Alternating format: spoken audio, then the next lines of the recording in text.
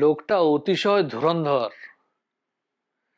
এইটুকু শব্দের মধ্যে, এই ছোট্ট বাক্যের মধ্যে যেন লোকটা সম্পর্কে অনেক কিছু বলা হয়ে গেল। ধুরন্ধর, ধুরন্ধর শব্দের অর্থ কি? লোকটা অতিশয় ধুরন্ধর মানে লোকটা অতিশয় চালাক, অতি বুদ্ধি ধরে, এবং সেই বুদ্ধি সৎ বুদ্ধি নয়, বোধহয় বদমাইশি বুদ্ধি। সেই ধরনের চালাক চতুর লোককে বলা হচ্ছে ধুরন্ধর। একটু শব্দটি বিশ্লেষণ করি। ধুরন্ধর শব্দের অর্থ হচ্ছে ধূর ধারণ করেন যিনি। ধূর মানে হচ্ছে ভার, আমরা যাকে ওজন বলি, ভর ইত্যাদি। যদিও আবার পদার্থবিজ্ঞানের ভাষায় চলে গেলে ভর এবং ভারের মধ্যে অনেক পার্থক্য রয়েছে। যাই হোক, মোট কথা হচ্ছে ভারবাহী তিনি হচ্ছেন ধুরন্ধর। এখন এর প্রথম অর্থ যেটা আসে, ভারবাহী অর্থে বলদ বা বৃষ, ষাঁড়।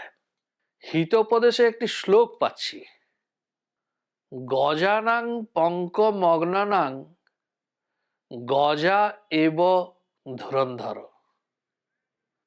মিত্রলাভ, শ্লোক সংখ্যা 199। এখানে এই শ্লোকের অর্থ হচ্ছে, হাতি যদি কাদায় পড়ে তাহলে একটি হাতি তাকে উদ্ধার করতে পারে। এখানে হাতির অর্থ হচ্ছে ধুরন্ধর। ধুরন্ধর মানে হাতি। এবং হিতোপদেশ মানে প্রতি কথায় উপদেশ পাওয়া যায়। এখানে উপদেশ হচ্ছে সাধু ব্যক্তিদের উদ্ধার করতে সাধুই আসবে।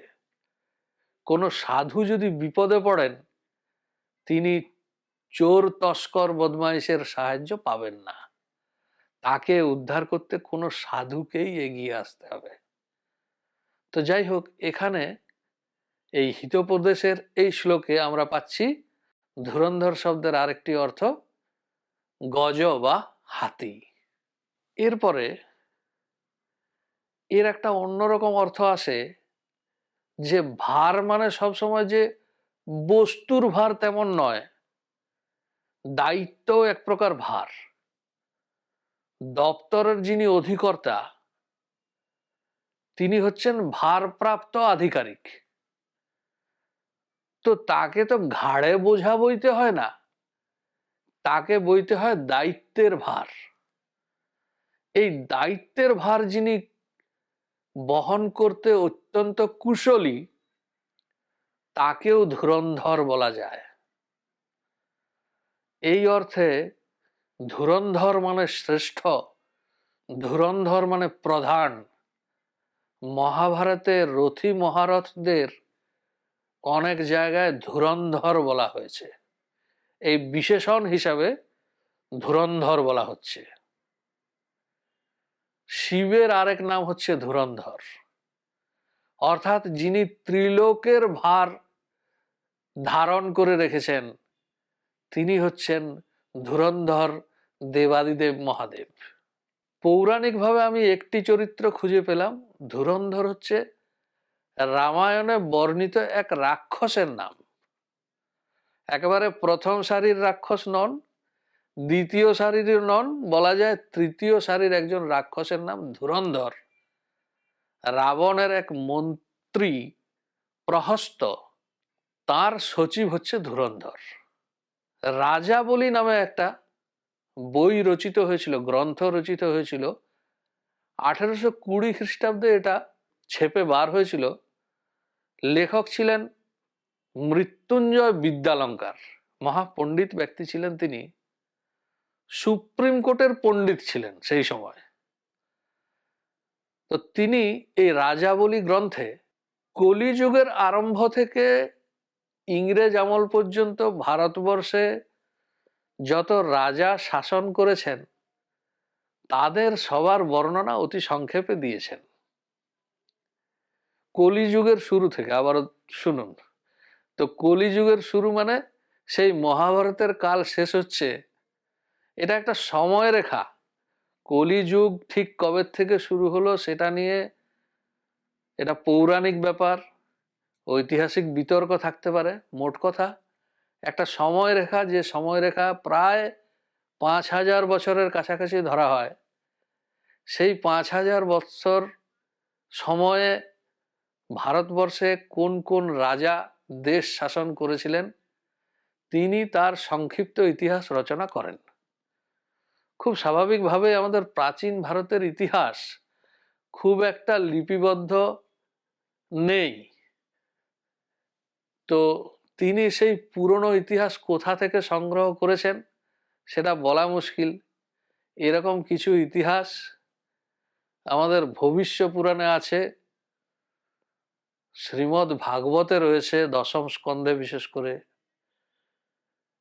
রাজতরঙ্গিনীতে আছে, কিন্তু এইগুলি ঐতিহাসিকভাবে কতখানি সত্য কতখানি নিখুঁত বলা মুশকিল, এবং সময়রেখাটিও অস্পষ্ট। যাই হোক, সেখানে রাজাবলিতে পাওয়া যাচ্ছে গৌতম বংশ নামে একটি বংশ ভারতবর্ষ 400 বৎসর শাসন করেছিল। এই গৌতম বংশের পঞ্চদশ রাজা এবং শেষ রাজা ছিলেন মহারাজা আদিত্য। এই মহারাজা আদিত্যকে তাঁরই মন্ত্রী, তার নাম ছিল ধুরন্ধর, তিনি তাকে হত্যা করে ময়ূর বংশের সূচনা করেন।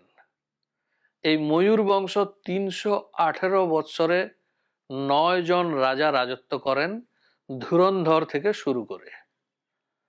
কিন্তু প্রামাণ্য ইতিহাসে গৌতম বংশ বা ময়ূর বংশ বলে কিছু বোধহয় পাওয়া যায় না। তো পৌরাণিক এবং ঐতিহাসিকভাবে এই দুটি প্রধান চরিত্র পেলাম ধুরন্ধর নামে, এছাড়া অন্য কোনো চরিত্র আর পাওয়া গেল না। কিন্তু আরেকজন ধুরন্ধরের কথা না বললেই নয়, তিনি হচ্ছেন মুখোপাধ্যায় বংশ। মুখোপাধ্যায় যে পদবি শুরু হয়েছিল, প্রথম যিনি পদবি পেয়েছিলেন মুখটি নামক গ্রামে বসবাস করার জন্য তিনি সেই পদবি পেয়েছিলেন। গ্রামের নামই পদবি হয়ে দাঁড়িয়েছিল, পদবীর ইতিহাস সংক্রান্ত ভিডিওতে আমি বলেছি।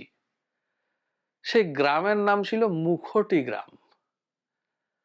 মুখোপাধ্যায়দের আদি পদবি মুখটি।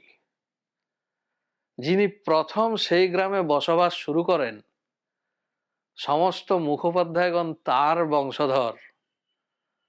তিনি শ্রীহর্ষ পুত্র ধুরন্ধর মুখটি।